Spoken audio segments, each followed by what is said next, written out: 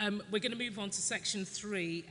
We have Bill Kerry from the Equality Trust. Bill is one of the co-founders of the Equality Trust, and he works part-time looking after their network of supporters and autonomous local groups. He's written and blogged for various organisations, including Oxfam and the pressure group Compass.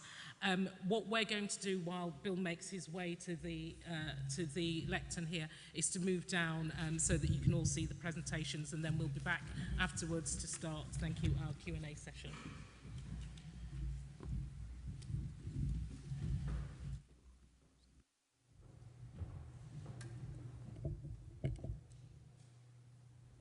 Somebody show me how to go back one. Is there a technical person here? Excuse me. Yeah, got it. Thanks. What was that about people approaching 50 in IT? Anyway, well, thanks to Hackney Council for inviting me, and thanks to all of you for turning up. I've got quite a lot to get through, so I'm going to whiz through it. I would also like Hackney Council to make this talk available as widely as possible to anyone who wants it.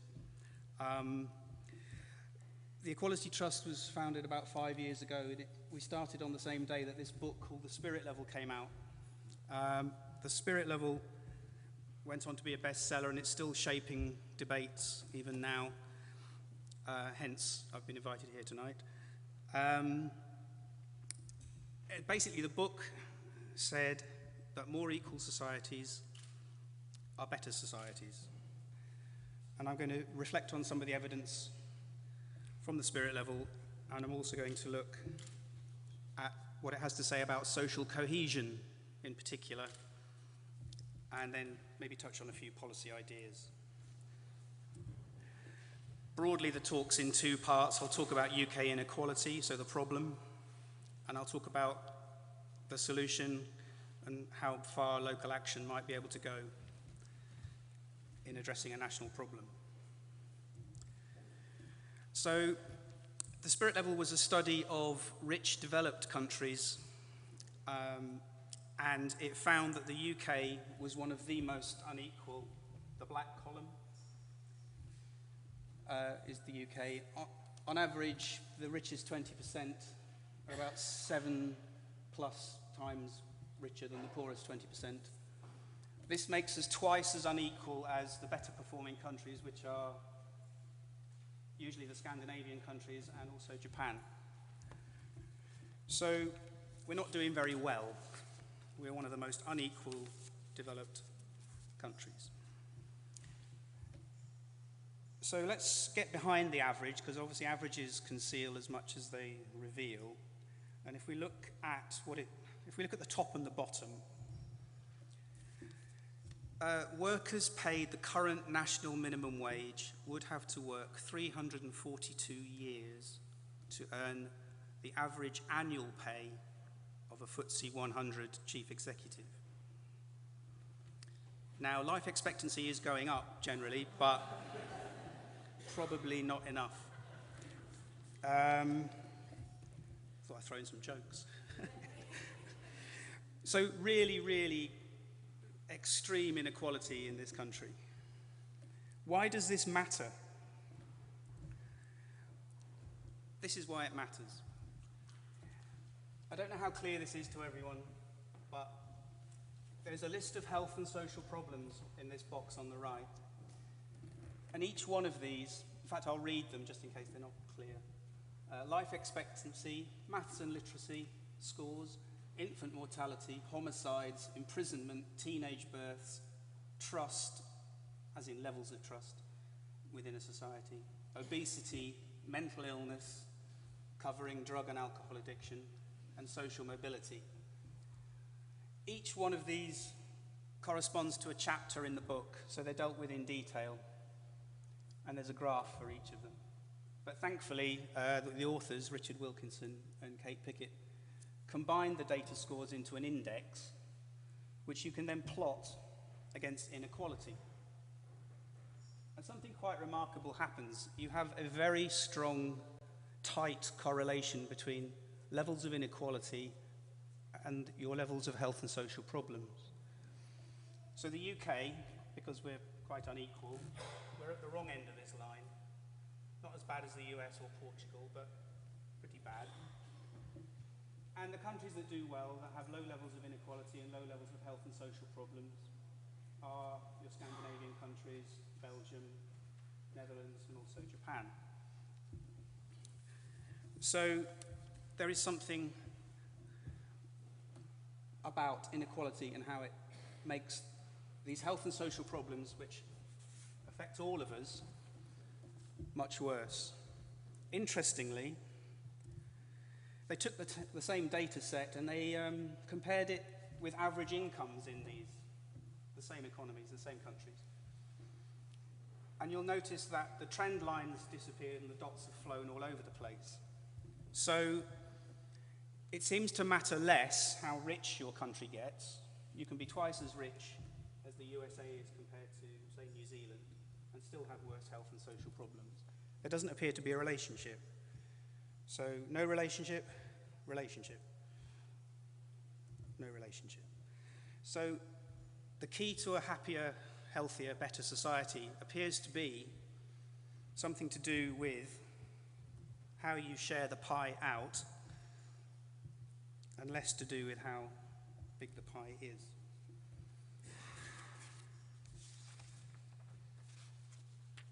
As I'm supposed to be talking about social cohesion, I will pull out one of these health and social problems, which is perhaps the most important one in some ways, which is trust.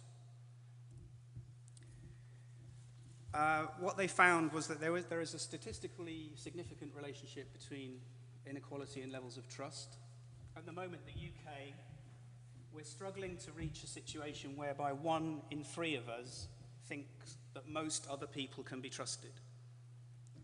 If you go up to Scandinavia, you reach a situation of 2 in 3 people thinking most other people can be trusted. It's worth reflecting on that just for a second. Just think what a qualitatively different society you have if 2 in 3 of you think most other people can be trusted versus 1 in 3 of you.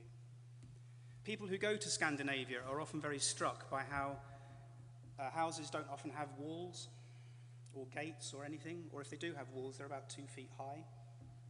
Compare that with the gated communities, the surveillance cameras, etc., that we seem to have. The spirit level looks at the mechanisms, spends quite a lot of time talking about the mechanisms that lead from inequality to these health and social problems. I can't really do these justice in the length of this talk, but I've tried to summarize them in this pictorial. So you've got your underlying inequality. Obviously, in more unequal societies, you have, by definition, you have more superiority, more inferiority. You have more status competition. You also have more consumerism. People work longer hours so they can buy the things that they feel they need, maybe to shore up their sense of status insecurity. There is more status insecurity. We worry more about how we are seen and judged. In the jargon term, this is called social evaluation anxiety. We worry a lot about disrespect. We are vigilant against threats to self-esteem and social status, and we fear negative judgments. So inequality feeds through to more chronic stress. That's stress that's prolonged over a long period of time, which is very bad for health. So leading to more illness, more bad choices around things like alcohol, drugs, overeating. Remember, obesity is one of the health and social problems that correlates with inequality. More violence. If you back a stressed person into a corner, chances are they will lash out. There's less trust, there's less social confidence. People don't feel confident because they're worried about how they're seen and judged. Maybe they don't have the right clothes or the right look to go out and be confident on the street. So there's less social interaction, there's less community life. Again, in a jargon phrase, less social capital. This thing about stress is interesting because there's actually really solid physiological science behind what stress does to us, and also what makes us stressed. This has been tested in laboratories, And human beings, the most stressful thing for a human being is any task which involves social evaluative threat, i.e. tasks where you're made to feel potentially awkward, inept, stupid, clumsy, and fear being judged by other people. So your central stress hormones of cortisol and adrenaline, they are designed for you, they're your fight or flight hormones. They're to get you out of a tight spot. They're supposed to kick in those instances. What they're not designed to do is to be elevated for very long periods of time. So chronic stress. And when that happens, that's when lots and lots of things go wrong with the body. As we're talking about social cohesion as well tonight, I think I have to talk about the riots in 2011, because that was obviously a catastrophic breakdown in social cohesion. We did some research which looked at the 7 issues that were highlighted by the Government Commission Riots, Communities and Victims panel. Every single one of the 7 issues are strongly related to inequality. Here are the 7 issues, and we have powerful and growing academic evidence, which we cite in our Research Digest, number 5. I'll just touch on a few of them. We've heard about child poverty tonight. Basically, where inequality is high, child well-being is low. Number 4 is interesting, riots and the brands. Obviously, a lot of people who looted went for high-end status brands. Remember what I said about status competition? Having the right things? If you consider a minute, if you move up into the comfortable middle class and look at our MPs and what they fiddled their expenses to do, they bought themselves soft furnishings, plasma screen TVs, duck houses, moat cleaning. You know, it was still status related. They were outward markers of status. It was just a more elegant form of looting. So, I mean, please do have a look at the Research Digest. You'll see that they all link to inequality. And I guess the question we've been asking ourselves throughout the presentations tonight is, can a national problem be addressed by local action? And I've considered that it's actually very difficult. You can only do so much, but you can do something. What I looked at here was a very good report by the Webb Memorial Trust, came out in May this year, which looked at things like fairness commissions and what they'd been up to. And these are the main areas that have been addressed and which have been touched on a lot. I would just say pay differentials is an interesting one, because the council, as a matter of legitimacy and leading on this, the council could look at its own pay ratios and see if it could compress its pay ratio. And then you can go out and talk to your contractors about their pay ratios. So that's quite a key one. I haven't ranked these in any degree of importance, but it seems clear tonight, listening to people, that housing will go quite easily to the top of your list, I think. The Webb report also talks about some of the challenges. And there is an important thing about getting the language right, so you get buy-in from across the political spectrum, but also getting public participation and buy-in. Is fairness too weak a word? Are we really talking about social justice and rights? It's important to get the language right so you can bring people along with you. There have been problems. Fairness commissions have been very good at producing proposals. They've been less successful at moving from proposal to implementation. That's not to say they haven't implemented some very good things, but it is a difficult task, and you have to be clear about who is responsible for that implementation and how you monitor progress. So what might Hackney do? Well, we came up with one proposal.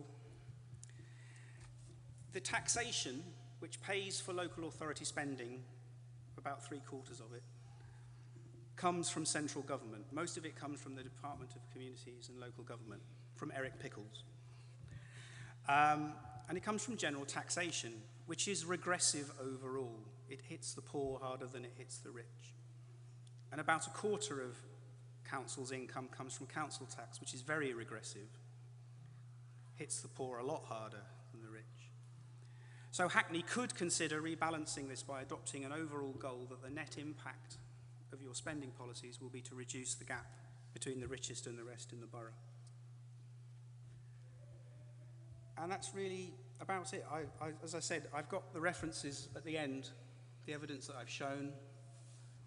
I would just mention two things. One at the end here, there's an organisation called the Centre for Local Economic Strategies, which does some interesting work around what they call anchor institutions, and the council will be one of those. And it's about looking at how money circulates in the borough, where it comes from, and where it goes, and how you can keep more of the pounds circulating around Hackney, keep those pounds within Hackney. And they might be interesting people to talk to. I should also mention that there is coming in the new year a London-wide Fairness Commission, and I'm looking at my friend Alex over here from My Fair London. Do you want to stand up, Alex? My Fair London are our London-affiliated group, and they've worked really hard and lobbied hard for this London-wide Fairness Commission. And if anyone wants to know more about it, you could speak to Alex maybe at the end, or maybe you've already spoken to him, or check out their website, which is myfairlondon.org.uk. And I think that's going to be an interesting development in the new year. And with that, I'll finish. Thank you. Hello, my name is James Peters and I'm a councillor in de Beauvoir here. We hear a lot at the moment about how incomes for people on lower incomes are stagnating, and indeed a component of that is the restriction of public services towards those people. Has your organisation done much work on the potential effects of privatisation, particularly privatisation of the health service, on inequality and on economic welfare of people? With the health service, the short answer is we haven't done any specific work on the health service, but obviously we come from a health inequalities background, so I know that actually compared to inequality, the impact of health services on health is quite marginal. I think there's a statistic that 90% plus of what health spending goes on you in your lifetime will be in the last year of your life. But to answer your question, will there be any impact around privatisation of the health service? I guess the straight answer is there won't be an impact on users if it remains free at the point of delivery, but there's a big question mark opened up about that and how long the privateers are going to be content not to charge for things. Not very long, I suspect. The other thing is, if you look at the health service as a massive employer, maybe I'm encroaching on Graeme's territory here, but if privatisation means worse terms and conditions for those people, and I think there's a statistic, I think Hackney has quite a high percentage of people employed in the health sector. If those people are taking home less money, that's less money circulating in Hackney. So it's the knock-on effects of privatisation on the employees in the health service as well as on the patient. Hello and good evening, everybody. My name is Paula, and I feel like a slight outsider because I've been in Hackney probably a lot less than the majority of you, under 10 years. I've been really intrigued by this evening, by the points that the audience have made, especially from the speakers also. I only moved to Hackney because it was 10 minutes door to door to my workplace in Tower Hamlets, before it became so trendy, and trendy isn't a bad word. We have seen lots of changes in the borough. We have seen lots of new businesses, new restaurants, and it was interesting, the point that someone made over here, the solicitor, about the money that comes in isn't, the money that the middle class are spending isn't being utilised by the borough, which I would have to disagree with, because surely they pay taxes and it comes back to the borough. They're offering job opportunities, and there's a lot more going on now than there was, in 2002, when I accidentally stumbled in Hackney. When I realised I was there, I made my way out really quickly. Times have changed. There wouldn't be so many people coming to the Hackney Picture House, or going to Chatsworth Road, or going to Ridley Road Market, or Dalston, but dare I say, the people that you might see, Councillor, on a Saturday daytime in Dalston is a lot different from what you'll see in the night time. 12 o'clock in the daytime on Saturday is a different kettle of fish in the evening. However, money is still being spent, which I think is really important. There is so much skills, abilities and knowledge that everyone in Hackney has, regardless of social status, and I'm wondering if there can be more ways that we can use our skills and experiences together. So the same way that the children's centres are an excellent resource in Hackney, especially, dare I say, the Ann Taylor Children's Centre. It's wonderful, not just its structure, but the opportunity it offers. But it's really perplexing when the old community development officer, Masha, said that she had turned away lots of parents because they're the ones that she sees who can afford to pay for these activities, whereas those who she really wants to engage so they can show more opportunities to the young ones, choose not to. So those who we see as the working class and who are in poverty, not a lot of them are actually accessing what is available to them. Yes, they're picking up their benefits, but when we ask them maybe to come for a class so they can see how they can better feed their child, rather than giving them £1 chicken and chips, they choose not to. So Paula, I'm going to ask you to come to your question. No, I'm so sorry. I'm very passionate with the microphone. The inequality that you discuss of, Bill, how is it that your organisation can encourage more unity in a borough? You talked of the riots that happened not that long ago, and the them and us mentality it brought out. How could we have more unity in working together, as opposed to a them and us, opposed to a Dalston in the daytime compared to that in the evening? Thank you. I think the best way to ensure unity in the borough is to put more money in people's pockets. Because essentially, the whole thesis of the spirit level and our evidence is that material differences create social distances. If you give people the material wherewithal, the money in their pockets to hold their heads high, integrate, look each other in the eyes, they walk down the street, feel part of society, feel that they can take part in society, go into those new cafes that are springing up everywhere, that's the best guarantee of social cohesion. Everything else is that councils can do will be good to bring the communities together, but essentially our message would be that you need to even up as far as you can the income distribution, because that changes the way people relate to each other. I'm Victoria, and I've been a lifelong campaigner on equality issues. And I just wanted to kind of congratulate Hackney this evening for talking about this stuff. It is brilliant, and for leading this debate on social inclusion. Thank you. Very, very important. Thank you. On my way over to Hackney this evening, I saw a story in the Evening Standard, and it was about the mansion tax. And it was identifying all the London boroughs. I don't know if you saw it, Graeme, it's a story for you. It listed all the London boroughs with the amount of homes over £2 million, and Hackney, I think, had about 400. And so I wanted to ask Bill, 80, still a lot.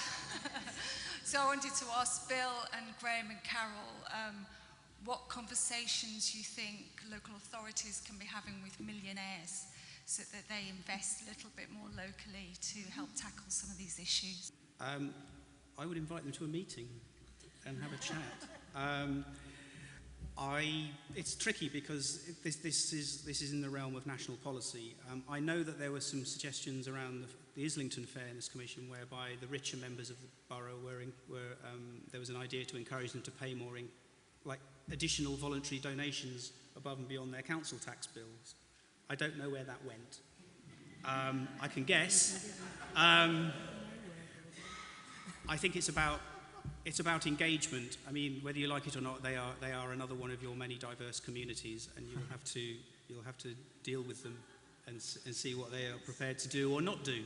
I was a Dalston councillor for 8 years and very well aware of the differences between Dalston during the day and Dalston during the night, and as are the residents that live very close to there. I think what's been really interesting about tonight is to hear the different voices and the different views of how Hackney is changing and what we need to focus on. There is no one voice, there is no one opinion, as we've heard tonight.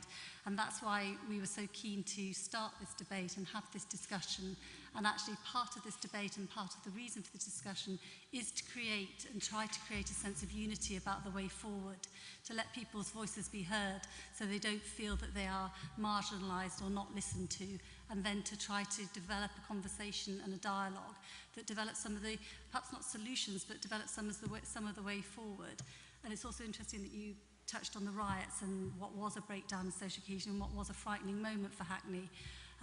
Because our response to the riots was to do something smaller than we're doing here, but something quite similar. We commissioned research and commissioned voluntary and community groups to go out and speak to people, and we spoke to over 2,000. We did speak to over 2,000 people.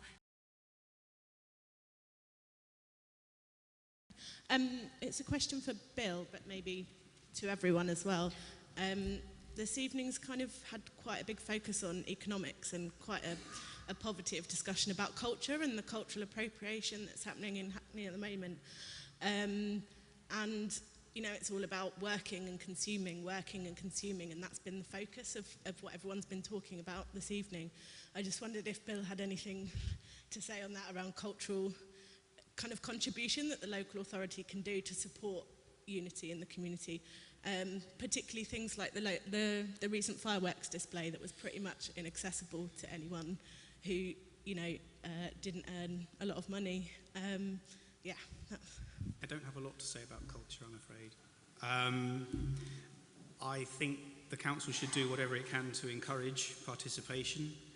I would go back again to the point that participation in all sorts of community life, cultural pursuits included, is affected by inequality, is affected by those issues I outlined around stress, lack of confidence, feeling like you don't want to go outside your front door, where social interaction becomes something of an ordeal.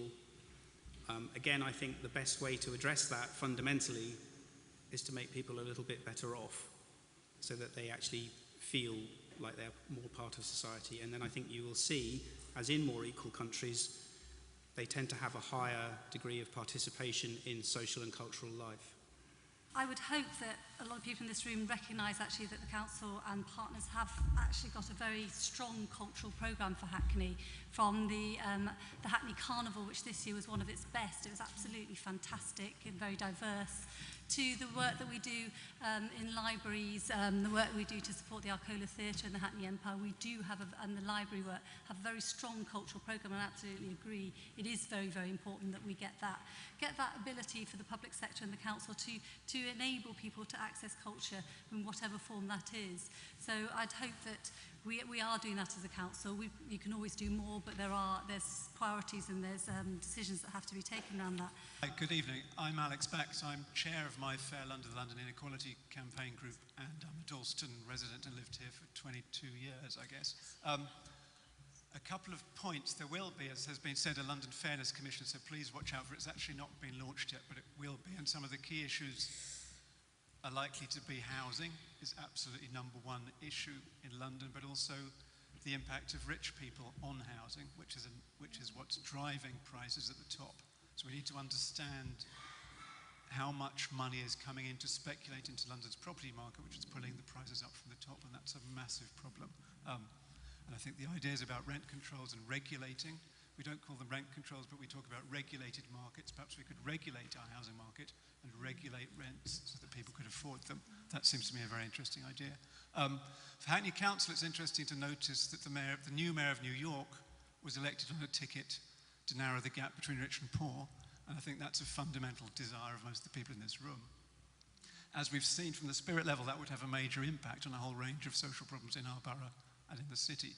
The difficulty for local councils is there's not very much in your gift to do in terms of making a compression between the top and the bottom. But wage ratios, pay ratios, and trying to push that out to local suppliers must be a place to start. In terms of the behaviour of rich people, I think it's a very interesting question, because we, within the inequality campaign groups, we sometimes talk about the pressure of shame, or pride, if you like. Rich people are part of society too, but the impact of their behaviour, particularly when they take all the money, is very bad for all of us. And if we could begin to get them to read the spirit level and understand the impact of their behaviour on us, they might change their behaviour.